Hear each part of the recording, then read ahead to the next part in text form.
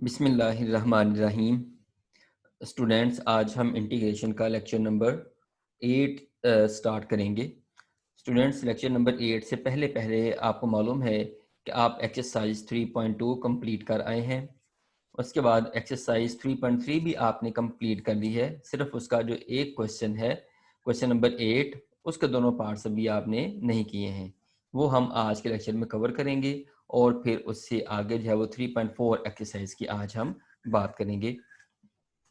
तो आज के लेक्चर का स्टार्ट हमारा ये 3 फार्मूलों से होगा। ये जो 3 फार्मूले हैं बेटे, ये आपकी बुक में क्वेश्चंस के तौर पर दिए हुए हैं, लेकिन एक बात याद रखिए, ये क्वेश्चंस भी हैं और ये फार्मूले भी हैं। इनको एज अ फार्मूला भी याद रखना जरूरी है। सबसे पहला फार्मूला देखिए, 1/x² - a² स्क्वायर रूट। अगर बेटे यहाँ पर x लिखा हुआ है, उसका स्क्वायर है, -a² स्क्वायर रूट लिखा हुआ है, इसका फार्मूला क्या होता है? log of x plus x² - a² square root divided by a। या फिर समटाइम्स हम नीचे वाला a जो है ना वो नहीं भी लिखते हैं, उसके बगैर भी हम फार्मूले को लिख सकते हैं, तब भी ये फार्मूला ट्रू ही रहेगा। ये a क्यों नहीं लिख सकते हैं? a लिखने के बगैर भी ये क्यों ट्रू है, ये अभी हम इसका प्रूफ करेंगे इस फार्मूले का, तो अभी आपको ये बात जो है ना वो क्लियर हो जाएगी। उसके बाद ये 1/x² प्लस a², यहाँ पर तो माइनस था, अगर यहाँ पर प्लस आ जाए तो फिर राइट हैंड साइड पे भी जहाँ माइनस था वहाँ पर क्या आ जाएगा? प्लस आ जाएगा। तो ये फार्मूला आपके पास बन जाएगा 1/x² - a²। इसकी इंटीग्रेशन क्या होती है? 1/x² plus a² square root की log of x plus x² plus a² square root divided by a। और इसमें भी वही बात है कि नीचे वाला a ना भी लिखें तो तब भी फार्मूला ट्रू ही रहता है। उसके बाद जो थर्ड आपके पास इस टाइप का फार्मूला है 1/a² - a², ये हम पहले कर चुके हैं। ये साइन इनवर्स x/a के बराबर होता है, ये हम पहले भी डिस्कस कर चुके हैं। एक्चुअली मैंने दोबारा इसको यहाँ पर इसके साथ इसलिए अटैच किया क्योंकि ये इन्हीं की शेप जैसा है। x² - a², x² plus a² और a² - x² के स्क्वायर रूट्स क्या हैं? डिनोमिनेटर्स में हैं। और ये भी आपने पढ़ लिया हुआ है कि ये जो पहले वाला पार्ट है x² - a², इसको करने के लिए आप क्या सब्स्टिट्यूशन करते हैं? x = a सीकेंड थीटा या फिर x = a कोसेकेंड थीटा। ये आपने सब्स्टिट्यूशन की टेक्निक में पढ़ा था। उसके बाद x² plus a² square root को अगर आप करते हैं तो x = a टेंजेंट थीटा या x = a cotangent theta put करते हैं। और अगर आप 1/a² - x² स्क्वायर रूट को करते हैं तो आपको क्या करना पड़ता है? x = a sine theta put करना पड़ता है या फिर x = a cos theta put करना पड़ता है।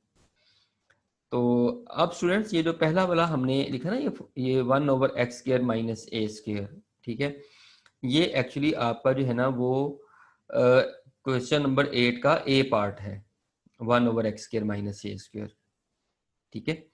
तो आइए इसको हम स्टार्ट करते हैं। 1/x² - a² square root. तो अभी बेटे आपने ये सारी बात दोबारा से रिवाइज कर ली है कि जिसमें x² - a² का स्क्वायर रूट आ रहा होगा, इसमें आप क्या करते हैं? x = a सेकेंड थीटा को सब्स्टिट्यूट करते हैं। अच्छा, जब आप यहाँ पर x की जगह पर a सेकेंड थीटा पुट करेंगे तो dx की जगह पर क्या पुट करेंगे? वो वैल्यू कहाँ से आती है?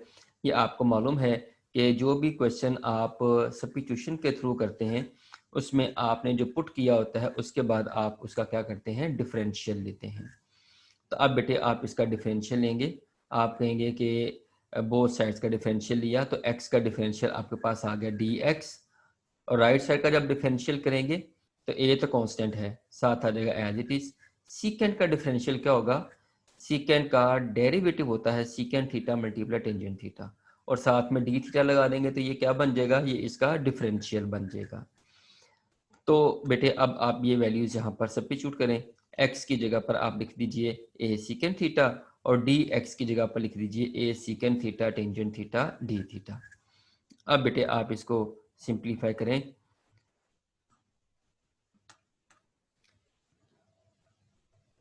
इन दोनों में से a स्क्वायर आ जाएगा कॉमन और सीकेंड स्क्वायर -1 बाकी बचेगा, जो किसके इक्वल होता है?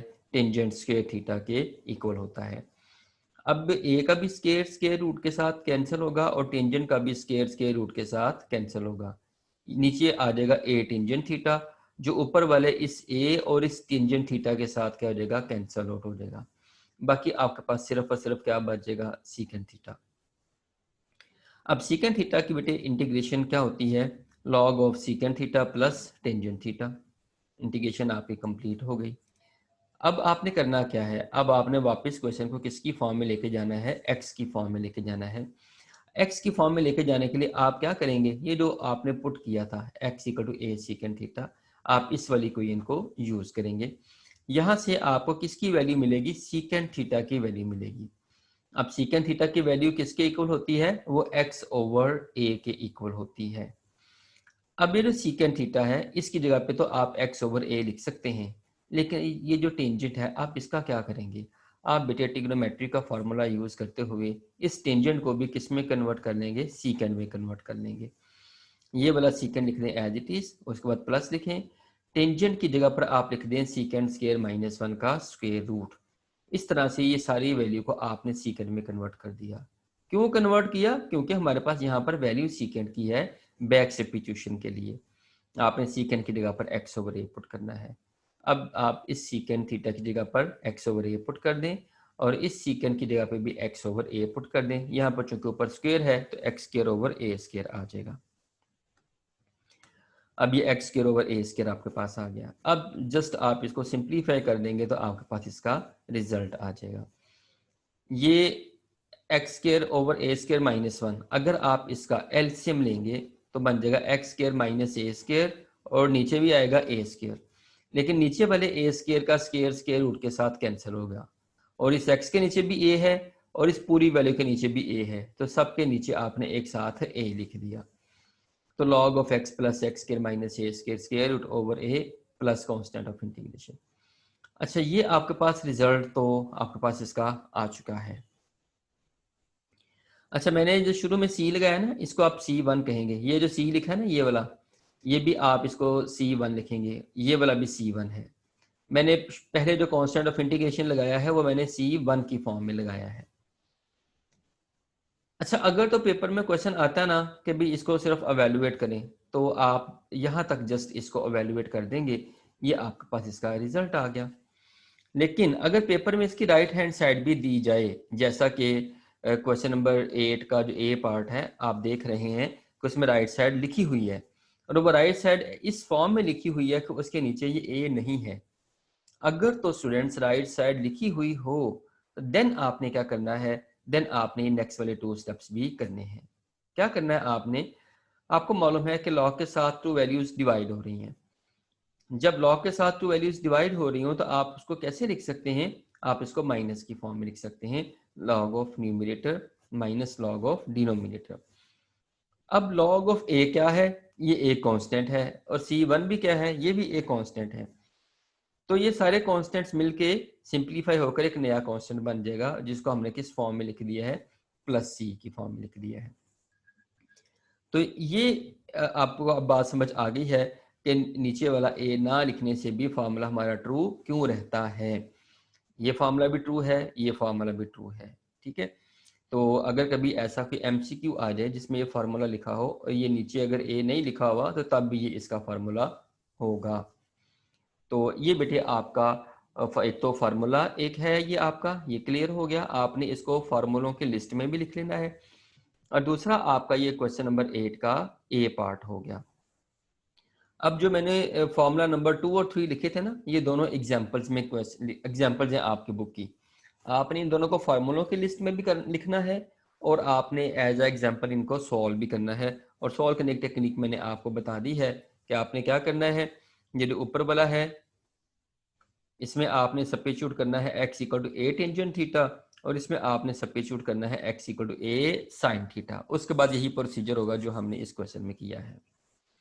तो अब हम चलते हैं क्वेश्चन नंबर 8 के बी पार्ट की तरफ। उसके लिए जो है हम नेक्स्ट पेज की तरफ चलते हैं।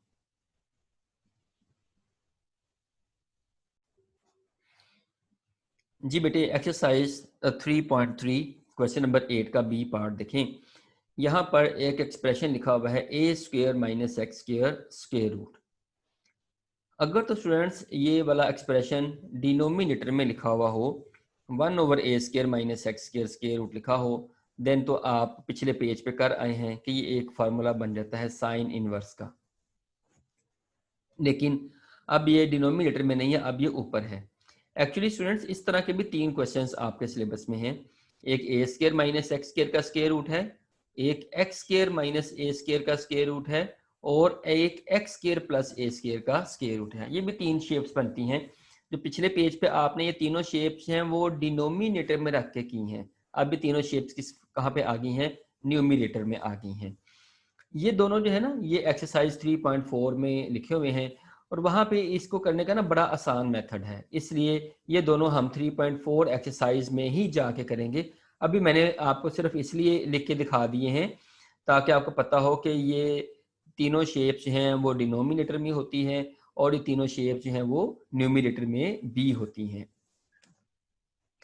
अच्छा, सॉल्व करने का मेथड यहाँ पर वही है कि a² माइनस x² का स्क्वायर रूट है। जब माइनस x² हो रहा है तो आप इसको क्या करते हैं? सब्स्टिट्यूशन करते हैं। क्या पुट करेंगे बेटे इसमें? आप x equal to a sine theta आप इसमें सब्स्टिट्यूट कर लेंगे। जब आप सब्स्टिट्यूशन करते हैं तो उसके बाद क्या करना पड़ता है? बोथ साइड्स का डिफरेंशियल लेना पड़ता है। x का डिफरेंशियल आपके पास आ गया dx, a कांस्टेंट साथ है एज इट इज, साइन का डिफरेंशियल क्या होगा? cos थीटा और d थीटा। अब ये वैल्यूज यहाँ पर आप सब्स्टिट्यूट कर दीजिए। x की जगह पर आपके पास आ जाएगा a² साइन स्क्वायर थीटा, और dx की जगह पर आ जाएगा a cos theta into D theta. a² इन दोनों में से कॉमन आ गया, बाकी आपके पास बच गया 1 माइनस साइन स्क्वायर। अब 1 माइनस साइन स्क्वायर किसके इक्वल होता है? वो cos स्क्वायर की इक्वल होता है।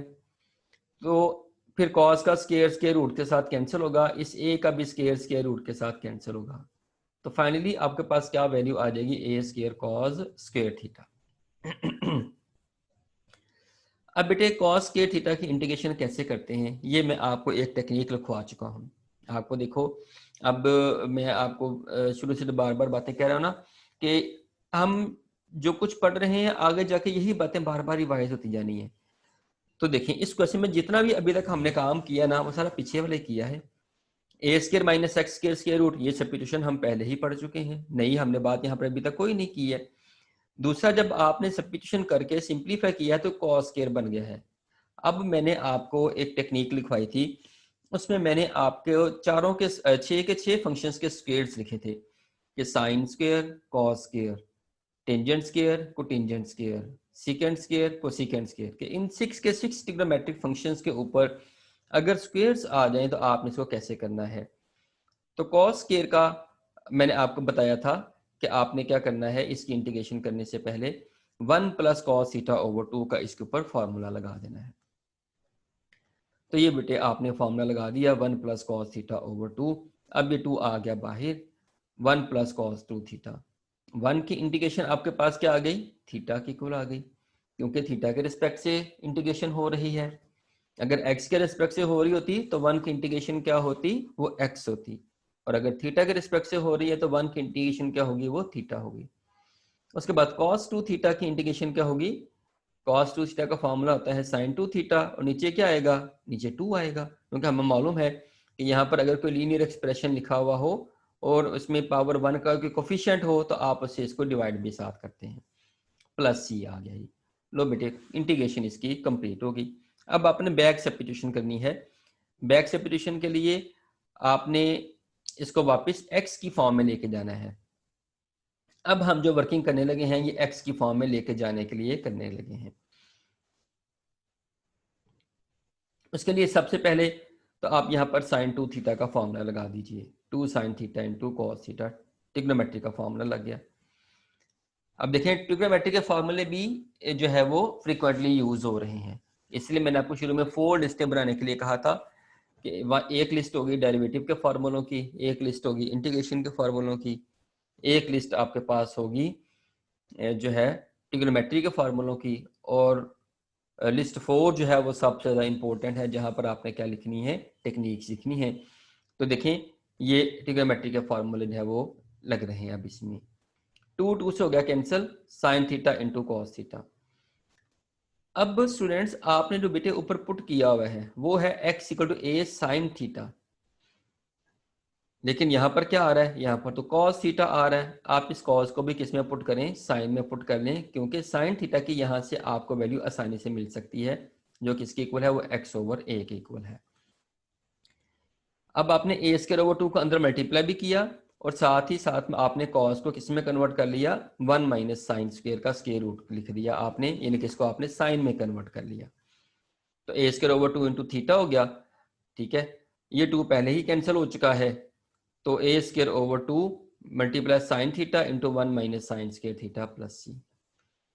अब स्टूडेंट्स, ये जो साइन थीटा है और ये वाला साइन थीटा है, इन दोनों की जगह पर आपने क्या पुट कर देना है, x/a पुट कर देना है। यहाँ पे भी आप x/a पुट करेंगे और यहाँ पर आप x/a पुट करेंगे, तो दोनों के ऊपर स्क्वायर है, x² आ जाएगा। ये जो थीटा है ये कहाँ से आएगा, ये भी वैल्यू यहीं से आएगी। जब आप a को इधर लाके डिवाइड करेंगे तो उसके बाद साइन को भी इधर ले आइए, तो थीटा किसके इक्वल आएगा, साइन इनवर्स x/a। तो थीटा की जगह पे आपने साइन इनवर्स x/a लिख दिया। ये बेटे बैक सब्स्टिट्यूशन हो गई, वापस क्वेश्चन किसकी फॉर्म में आ गया, x की फॉर्म में आ गया। अब कोई सिंप्लीफिकेशन पॉसिबल है तो वो आप कर दीजिए।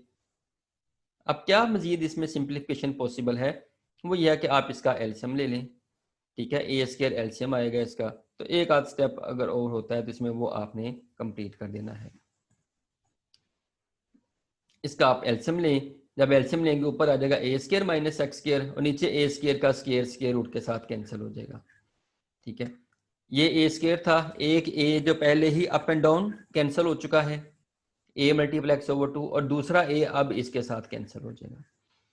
तो ये इसका आंसर आ गया a² sine inverse x/a plus 1/2 x into a² minus x² square root.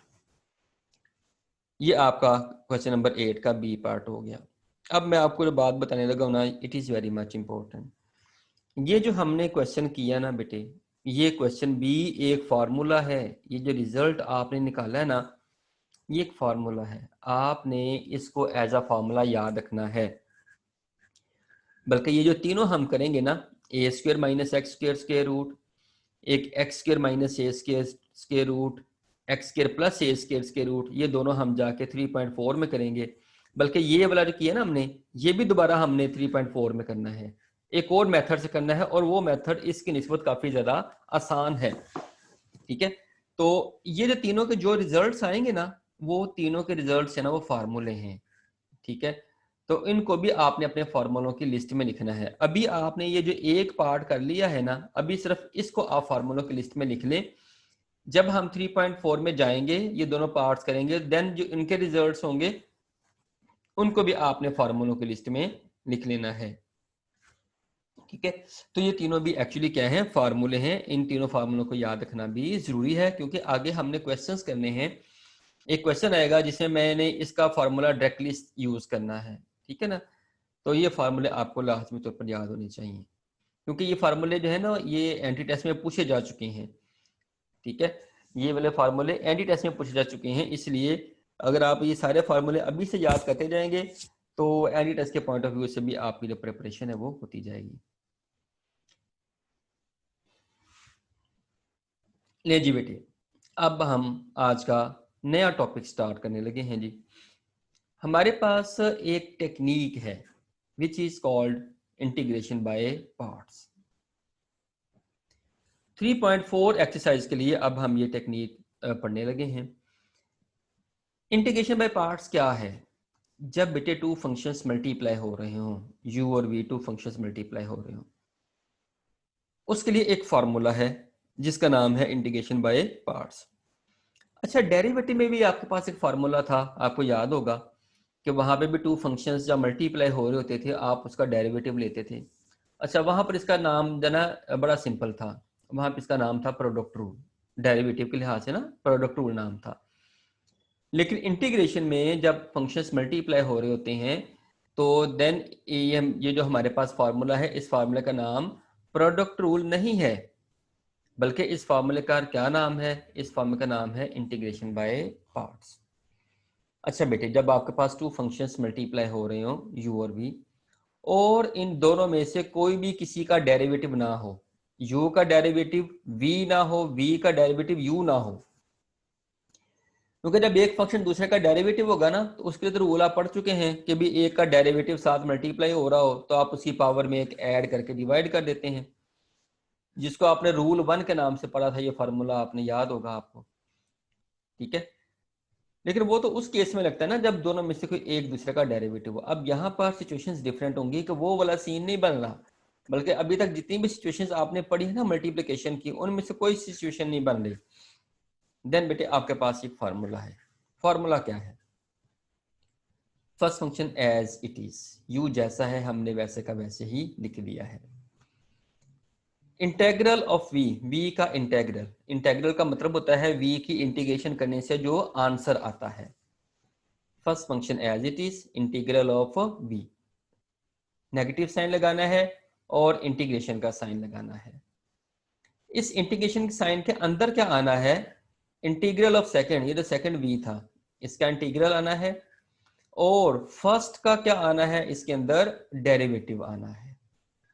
यानी कि first function as it is, integral of second minus sign integration sign, integral of second और डेरिवेटिव ऑफ फर्स्ट। अब ये जो integral of second और derivative first है ना, इस पूरे के ऊपर क्या अप्लाई होगा? ये जो बाहर इंटीग्रेशन का साइन लिखा हुआ है ये इसके ऊपर अप्लाई होगा। इसकी हम फर्दर इंटीग्रेशन करेंगे तो हमारे पास क्या आ जाएगा? इसका रिजल्ट आ जाएगा। तो बेटे ये वर्ड्स आपने रट लेने हैं। First function as it is, integral of second, ये मैंने वर्ड्स की फॉर्म में भी नीचे लिख दिया है। First function as it is, integral of second minus sign integration sign, integral of second और डेरिवेटिव ऑफ फर्स्ट।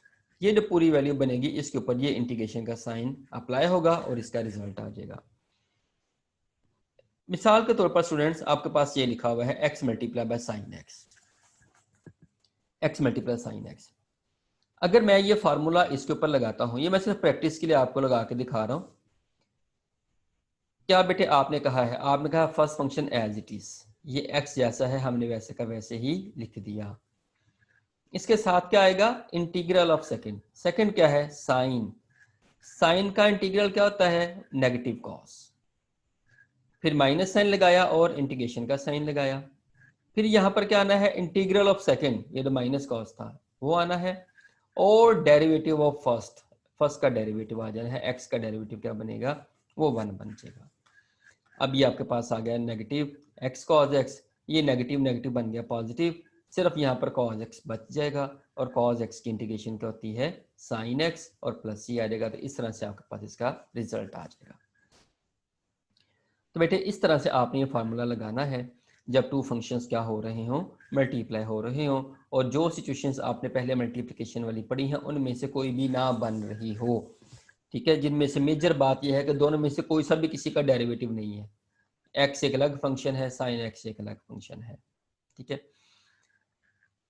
अच्छा, अब यहाँ पर ना एक प्रॉब्लम हमारे सामने आया करेगा कि भी अगर टू फंक्शंस मल्टीप्लाई हो रहे हैं, हम किसको फर्स्ट फंक्शन रखें और किसको सेकंड फंक्शन रखें। इस बात को याद रखना बहुत ज़्यादा ज़रूरी है कि किसको फर्स्ट फंक्शन समझना है और किसको सेकंड फंक्शन आपने समझना है। उसके लिए हमारे पास एक ट्रिक है, वो हम नेक्स्ट पेज के ऊपर जाकर डिस्कस करते हैं। तो आज के लेक्चर के नेक्स्ट पेज की तरफ चलते हैं। जी बेटे, बहुत ही इंपॉर्टेंट नोट है हमारे पास, विच फंक्शन इज फर्स्ट। कि जब टू फंक्शंस मल्टीप्लाई हो रहे हों और आप उस पर इंटीग्रेशन बाय पार्ट लगाने का डिसीजन लें, तो दोनों में से किस फंक्शन को फर्स्ट फंक्शन समझा जाएगा और किसको सेकंड फंक्शन समझा जाएगा।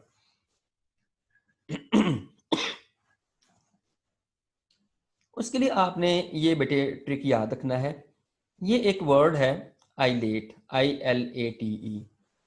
यहाँ पर जो आई है, I stands for inverse trigonometric function. Mean to say sine inverse x हो सकता है, कॉज इनवर्स एक्स हो सकता है, टेंजेंट इनवर्स एक्स हो सकता है। आई का मतलब है कोई भी इनवर्स ट्रिग्नोमेट्रिक फंक्शन हो सकता है। ये जो हमने एल लिखा है, L stands for logarithmic function. Natural log x लिखा हो सकता है, लॉग ऑफ साइन एक्स लिखा हो सकता है, कोई भी फंक्शन लॉग की फॉर्म में लिखा हो सकता है। ए का मीनिंग बेटे यहाँ पर है अलजेब्रिक फंक्शंस। अलजेब्रिक फंक्शंस में आमतौर पर जो हमारे सिलेबस में आएंगे वो पॉलिनोमियल्स होंगी। x की पावर 2, x की पावर 1, x स्क्वायर प्लस 1, इस तरह का एक्सप्रेशन लिखा होगा। t का बेटे मीनिंग यहाँ पर हम समझेंगे सिंपल ट्रिग्नोमेट्रिक फंक्शन, यानी कि साइन x हो सकता है, कॉज x हो सकता है, यूजुअली यही दो आएंगे। और e का मीनिंग यहाँ पर हम क्या लेंगे, एक्सपोनेंशियल फंक्शन, जो e की पावर की फॉर्म में लिखे होते हैं। तो इस पूरे वर्ड में जो लेटर पहले आ रहा है आप उसको फर्स्ट फंक्शन एज्यूम करेंगे, और जो बाद में आ रहा है उसको आप सेकंड फंक्शन एज्यूम करेंगे। आई फर्स्ट फंक्शन, अगर कहीं कहीं पे फर्ज करें इनवर्स ट्रिग्नोमेट्रिक फंक्शन आता है, साथ साथ आपके पास आ जाता है जी अलजेब्रिक फंक्शन आ जाता है, तो बेटे आपने इनवर्स ट्रिग्नोमेट्रिक वाले को फर्स्ट फंक्शन एज्यूम करना होगा, अलजेब्रिक वाले को सेकंड फंक्शन एज्यूम करना होगा, और बाय पार्ट का फार्मूला आपने लगाना होगा। क्वेश्चन की तरफ चलते हैं, आपको बात जो है ना वो और अच्छी तरह समझ आ जाएगी। एक्सरसाइज 3.4 देखिए जी। क्वेश्चन नंबर 1 बेटे है इसका x multiply by sign x। अच्छा ये तो हमने भी कर लिया है, अभी हमने पीछे एग्जांपल में इसी बात को डिस्कस कर लिया है। हम चलते हैं सेकंड पार्ट की तरफ। सेकंड पार्ट हमारे पास है natural log x। Natural log x की इंटीग्रेशन कैसे करेंगे?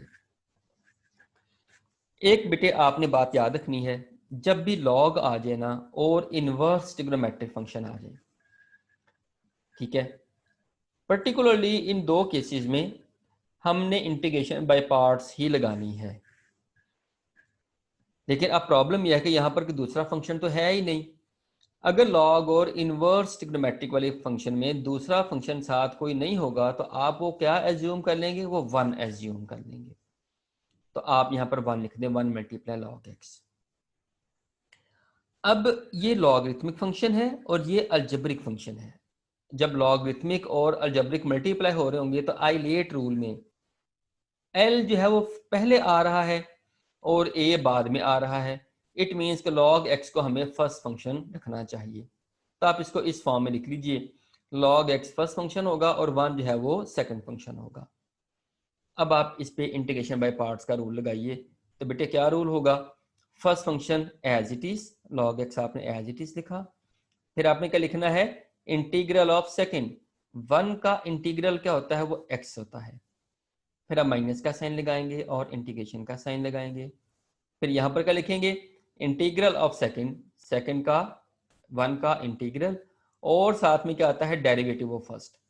लॉग एक्स का डेरिवेटिव क्या होता है, वो 1/x आ जाता है। लो बेटे आपने इंटीग्रेशन बाय पार्ट्स का रूल लगा दिया। अब ये x और log X as it is आ जाएगा, ये आपने एज इट इज लिख दिया। ये x अप एंड डाउन हो गए कैंसिल, यहाँ पे सिर्फ 1 बच गया, और 1 की इंटीग्रेशन क्या होती है, x होती है, और प्लस कांस्टेंट ऑफ इंटीग्रेशन आ जाएगा। ये हमारे पास रिजल्ट आ गया। तो इस तरह से log x की इंटीग्रेशन क्या होती है, x log x minus x। अच्छा ये ना ये एमसीक्यू पेपर में आ चुका हुआ है आपका log x की इंटीग्रेशन वाला ना, तो इसको आप चाहे तो एज अ फार्मूला याद रख लें, या फिर अगर आपको इसको करने की टेक्निक आती है तो आप इसको सॉल्व भी कर सकते हैं। ठीक है, तो log x की इंटीग्रेशन का फार्मूला क्या होता है, x log x minus X plus C. अब आप इसका जरा फिफ्थ पार्ट देखें, पांचवा part, X cube multiply by log X. अगर एक्स क्यूब लॉग एक्स के साथ मल्टीप्लाई हो रहा है, आप स्टूडेंट्स चूंकि लॉग आ चुका है इसलिए इसने बाय पार्ट के मेथड से होना है। तो फर्स्ट फंक्शन कौन सा एज्यूम होगा दोनों में से, आइलेट रूल में एल पहले आता है और अलजेब्रिक रूल ए जो है वो बाद में आता है, इसलिए आप लॉग वाले को फर्स्ट फंक्शन रखेंगे और अलजेब्रिक वाले को सेकंड फंक्शन रखेंगे। अब इससे ऊपर बाय पार्ट अप्लाई कर दीजिए। कैसे बेटे आप अप्लाई करेंगे, log x first function as it is, integral of second, x cube का इंटीग्रल क्या होगा, x के पावर क्यूब का कैसे करते हैं, पावर में एक ऐड करके डिवाइड कर देते हैं, तो x क्यूब का इंटीग्रल क्या होगा, x की पावर 4 डिवाइडेड बाय 4। फिर हम माइनस साइन लगाएंगे और इंटीग्रेशन साइन लगाएंगे, फिर इंटीग्रल ऑफ सेकंड आएगा और डेरिवेटिव ऑफ फर्स्ट आएगा। अब log x का डेरिवेटिव क्या होगा, दैट इज 1/x। अब जरा इसको सिंप्लीफाई कीजिए, ये x के ओवर 4 को आपने स्टार्ट पे लिख दिया, 1/4 x की पावर 4 log x, माइनस इस 4 को आपने बाहर निकाल दिया, ऊपर x की पावर 4 है, नीचे x है, तो x क्यूब यहाँ पर बाकी बचेगा। अब नेक्स्ट टाइम में सिर्फ ये x क्यूब की इंटीग्रेशन होनी है, जो क्या बन जाएगी, x की पावर 4 डिवाइडेड बाय 4। बाकी ये जो पहले वाला रिजल्ट है ये एज इट इज आ जाएगा 1/4 x4 log x माइनस जब आपने इसकी पावर में एक ऐड करके डिवाइड किया तो नीचे जो 4 आएगा वो पहले वाले 4 से मिलके क्या बन जाएगा, वो 16 बन जाएगा। -1/16 x की पावर 4 प्लस c, ये बेटे इसका आंसर आ गया। अब जो थर्ड पार्ट है इसका और फोर्थ पार्ट है और जो सिक्स्थ पार्ट है वो इसी तरह के हैं, उनमें एक x की पावर है और एक log है, इसलिए ये वाले पार्ट्स आपने खुद कंप्लीट करने हैं। हम नेक्स्ट सेवंथ पार्ट की तरफ चलते हैं। सेवंथ पार्ट में बेटे आपके पास क्या है, टेंजेंट इनवर्स एक्स। अब टेंजेंट इनवर्स एक्स की इंटीग्रेशन आपने कैसे करनी है बेटे, जैसे मैंने पहले आपको बताया है कि जब भी लॉगरिथमिक फंक्शन आ जाए या फिर इनवर्स ट्रिग्नोमेट्रिक फंक्शन आ जाए, इसने बाई पार्ट के बगैर नहीं होना। अगर ये अकेला भी है ना तो आप इसके साथ सेकंड फंक्शन खुद से एज्यूम करेंगे, और वो क्या एज्यूम करेंगे, वो 1 एज्यूम कर लेंगे। और आइलेट रूल में आई जो है यानी कि इनवर्स ट्रिग्नोमेट्रिक वो सबसे पहले आता है और ए बाद में आता है। इट मीन्स कि इनवर्स ट्रिग्नोमेट्रिक फंक्शन को आप फर्स्ट फंक्शन रखेंगे और जो अलजेब्रिक फंक्शन आ रहा है इसको आप सेकंड फंक्शन रखेंगे और बाय पार्ट का फार्मूला अप्लाई करेंगे। जी बेटे फार्मूला अप्लाई करते हैं। First function tangent inverse x as it is आ गया। इंटीग्रल ऑफ सेकंड, वन का इंटीग्रल क्या होगा, वो एक्स की इक्वल होगा। फिर माइनस का साइन लगाएंगे और इंटीग्रेशन का साइन लगाएंगे। फिर इंटीग्रल ऑफ सेकंड आएगा बेटे और डेरिवेटिव वो फर्स्ट आएगा। टेंजेंट इनवर्स एक्स का डेरिवेटिव क्या होगा, 1/1 प्लस एक्स स्क्वायर। अब ये एक्स और टेंजेंट इनवर्स एक्स आ गया एज इट इज, और ये आपके पास आ गया x/1 प्लस एक्स स्क्वायर। अब स्टूडेंट जरा गौर कीजिएगा, x ऊपर एक लीनियर एक्सप्रेशन आ रहा है, नीचे क्वाड्रेटिक आ रहा है। अब देखें ये बात हम पढ़ चुके हैं। अगर आप देखें तो हम सारा कुछ इसमें जो है वो पहले पढ़ के आए हैं, सिर्फ आप एक बाय पार्ट वाला फार्मूला नया लगा रहे हैं। बाकी सारी टेक्निक्स वही है जो पहले यूज कर चुके हैं। जब बेटे ऊपर लीनियर हो नीचे क्वाड्रेटिक हो तो क्या हमारे पास मेथड होता है, आप नीचे वाली वैल्यू का डेरिवेटिव ऊपर कंप्लीट करते हैं। 1 प्लस एक्स स्क्वायर का अगर आप डेरिवेटिव करेंगे तो वो 2x बनेगा। ऊपर x लिखा हुआ है, 2 नहीं है। 2 लेके आने के लिए आप इसको 2 से मल्टीप्लाई भी कर देंगे और 2 से डिवाइड भी कर देंगे। ये आपके पास आ गया -1/2 2x/1 प्लस एक्स स्क्वायर। जब बेटे नीचे वाली वैल्यू का डेरिवेटिव ऊपर मौजूद हो तो इंटीग्रेशन कैसे करते हैं, नीचे वाले का लॉग ले लेते हैं। तो log of 1 plus x square आ गया और पहले वाला expression as it is, plus C को नहीं भूलना आपने, ये इसका रिजल्ट आ गया। मजीद क्वेश्चंस की प्रैक्टिस के लिए हम नेक्स्ट पेज की तरफ चलते हैं।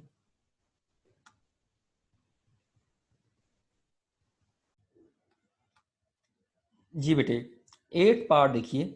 8th पार्ट आपके पास है x square multiply by sine x. एक आपके पास अलजेब्रिक फंक्शन है एक्स स्क्वायर और एक आपके पास साइन एक्स है। इस तरह का क्वेश्चन हम पहले कर चुके हैं, लेकिन दोबारा मैं इस तरह का क्वेश्चन आपको करवा रहा हूँ। इसकी खास वजह है, ये अभी हम आगे डिस्कस करते हैं। X square multiply by sine x algebraic बेटे फर्स्ट फंक्शन होगा, ट्रिग्नोमेट्रिक सेकंड फंक्शन होगा। First function x square as it is, integral of second, sine का इंटीग्रल क्या होता है, नेगेटिव कॉस एक्स। फिर नेगेटिव साइन और integration sine, negative cos x, integral of second और derivative of first. X square का derivative क्या होगा, 2x और साथ में dx आ जाएगा। अब ये आपके पास आ गया negative x square cos x, negative negative 2 positive हो गया और 2 बाहर आ गया और ये आ गया x कॉस एक्स। अब जरा गौर कीजिएगा, पहले हमारे पास सिचुएशन ये थी कि x की पावर 2 थी और एक साथ ट्रिग्नोमेट्रिक था। अब है कि x की पावर 1 है और साथ ट्रिग्नोमेट्रिक है,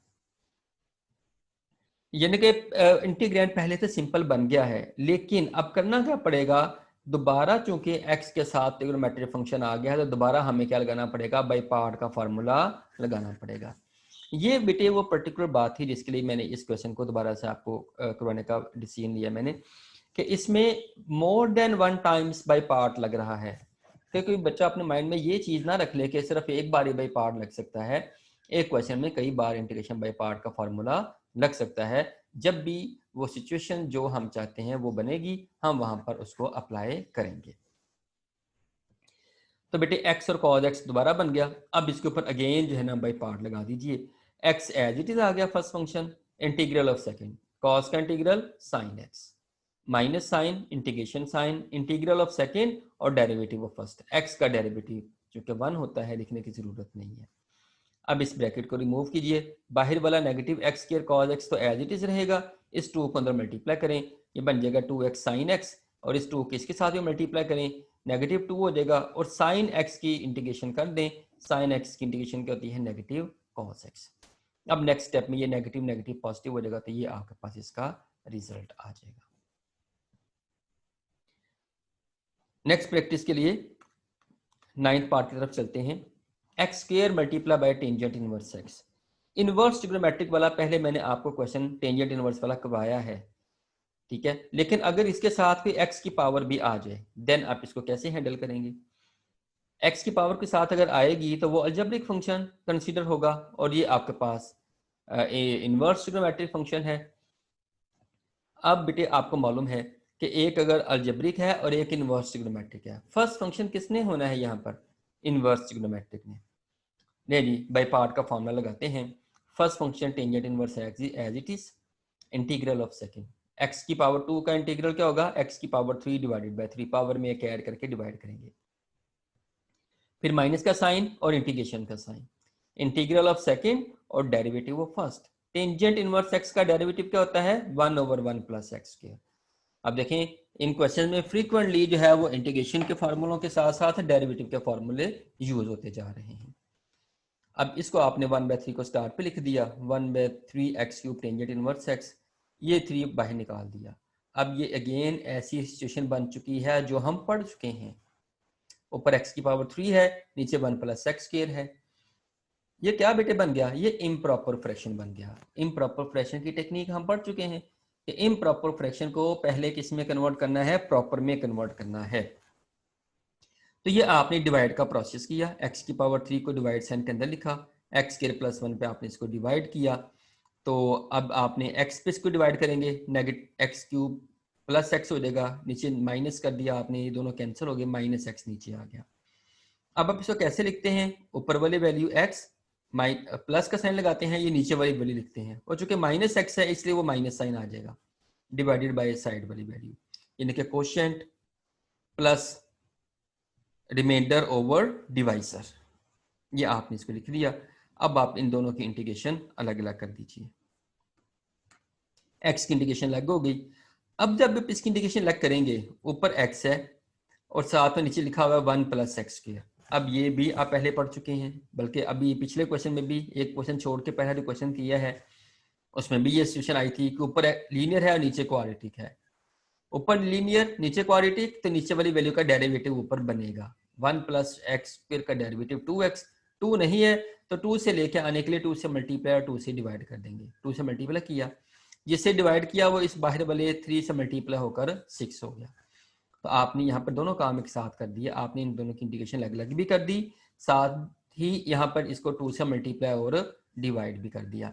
अब बेटे देखें, अब ये असल में क्वेश्चंस हमारे पास आ रहे हैं जिसमें देखें बाई पार्ट भी लग रहा है, उसके बाद जो हमारे पास इम्प्रॉपर फ्रैक्शन बन गई, फिर उसको प्रॉपर में कन्वर्ट किया, उसके बाद ऊपर लीनियर बन गया, नीचे क्वाड्रेटिक बन गया, अब डेरिवेटिव कंप्लीट कर रहे हैं। तो अब जो आपने सारी टेक्निक छोटे छोटे जो क्वेश्चन आपने किए थे ना, अब वो सारे एक क्वेश्चन के अंदर आ रहे हैं, ठीक है, क्योंकि अब आप मेच्योर हो गए हैं इंटीग्रेशन के हवाले से, अब आपने सारी चीजें जो पढ़ ली हैं, अब एक एक क्वेश्चन में कई की चीजें जो ना इकट्ठी आया करेंगी।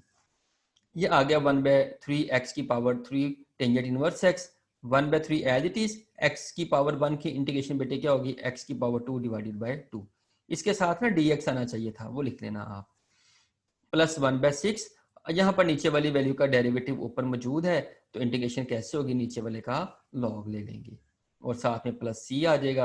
अब मजीद इसमें क्या हो सकता है, इस 3 को 2 से मल्टीप्लाई कर दें, ये 6 हो गया, तो ये हमारे पास इसका फाइनल रिजल्ट आ गया। अब बेटे आपने क्या करना है, इसका जो 10th और 11th पार्ट है वो एज इट इज है, वो आप लोगों ने खुद कंप्लीट कर लेने हैं। और जो 12th पार्ट है, ये जो 12th पार्ट मैंने यहाँ पे मेंशन किया हुआ है, 12th पार्ट जो है, ये जो आपने इसका 7th पार्ट ये जो 8th पार्ट किया ना आपने, इसका 12th पार्ट इस जैसा है, ठीक है।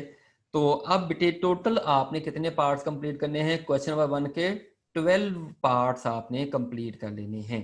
तो 12 पार्ट तक आप इसकी प्रैक्टिस कीजिए, बाकी फिर इंशाल्लाह जो है नए लेक्चर के साथ जो है वो कल मिलेंगे। Thank you very much. अल्लाह हाफिज़।